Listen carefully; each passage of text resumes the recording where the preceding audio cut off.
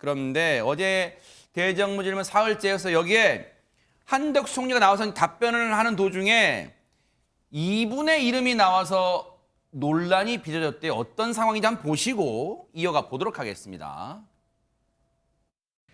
대통령께서 하시는 출근길 인터뷰는 굉장히 긍정적인 사안입니다. 최근까지 있었던 답변 중에 제가 놀라웠던 부분은 대통령은 처음이라라는 발언인데요. 이 발언의 의미는 차지하고 이 표현이 적절했다고 보시는지. 글쎄요, 대통령님들께서 대개 정권 초기에 여러 가지 본인이 이제까지 익숙하던 그런 환경에 그 본인이 행동하는 그런 그 분위기가 적절치 않을 때 그런 말씀을 좀 하시지 않나 싶습니다. 제가 모셨던 노무현 대통령님께서도 그 국회에서의 그 본인이 생각하는 정책들이 잘 진전이 될 수 없는 환경이 되니까 정말 못 해먹겠다 이런 말씀도 한번 하신 적이 있는 걸로 알고 있습니다.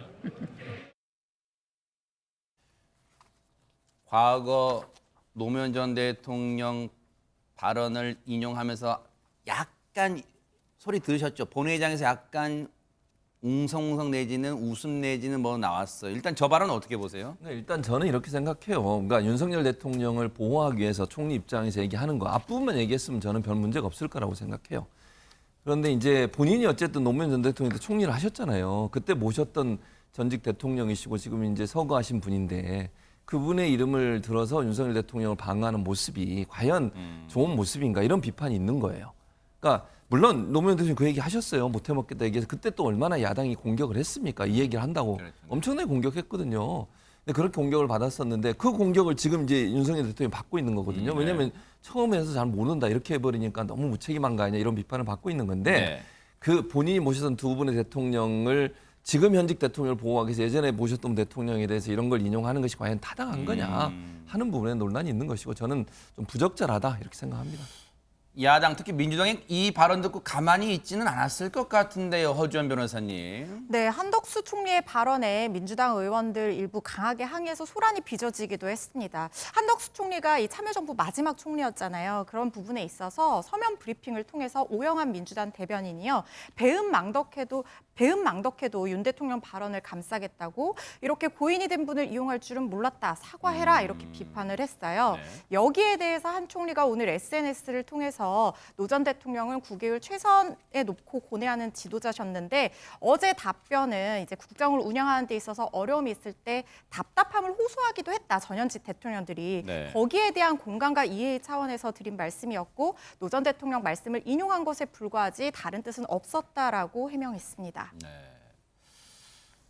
이게 또 이제 듣기에 따라서는 또 듣는 측에서는 같은 발언이지만 전혀 다르게 해석할 수 있는 충분히 그럴 수 있는 대목 같아요. 그런데 어제 대정부 질문 때는 이런 문답이 나왔는데 이걸 두고도 좀 시끌시끌하답니다. 어떤 내용인지 한번 들어보시고 이어가 보도록 하겠습니다.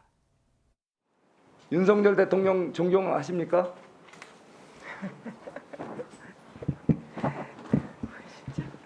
네, 국민들을 위해서 최고 국가 책임자로서 그 역할을 충실히 하실 것을 믿고 그렇게 응원하고 있습니다.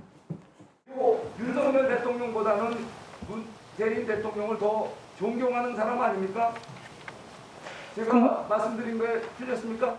권익위원장의 임기는 개인의 문제가 아니라 법치주의의 문제이고 법령과 법에 정해진 업무와 임무를 공정하고 또 독립적으로 수행하는 것을 보장하는 그런 임무를 맡고 있습니다. 그 자리에 더 좋은 일을, 더 훌륭한 일을 할 분이 계시는데 여기서 나가라고 대통령을 모시고 지금 억지로 그 자리를 지키고자 하는 의도가 뭐예요? 개인적인 문제가 아니라 법치주의 문제다라고 말씀을 드렸습니다. 최재명 교수님. 예. 송석준 의원이 전현희 국민권익위원장한테 대뜸 윤석열 대통령 존경하십니까? 라고 이제 말문을 열었어요. 아마 존경한다고 해도 그 말을 받아서 이렇게 이어갔을 거야. 존경한다면 물러나십시오 이랬을까요? 어땠습니까 이 부분은? 뭐 그랬을 수도 있죠. 근데 대단히 저는 부적절한 질문이라고 생각해요. 이런 질문을 여기서 지금 국정감사는 아니지만 어쨌든 불러서 네. 제 정부에 일하는 사람에 대해서 질문을 하는 거잖아요. 국회의원이. 네. 누구를 좋아하냐, 누구를 존경하냐, 또 뭐 문재인 대통령을 더 좋아하는 분 아니냐 이렇게 얘기하는 게 말이 됩니까? 이건 저는 아니라고 봅니다. 네.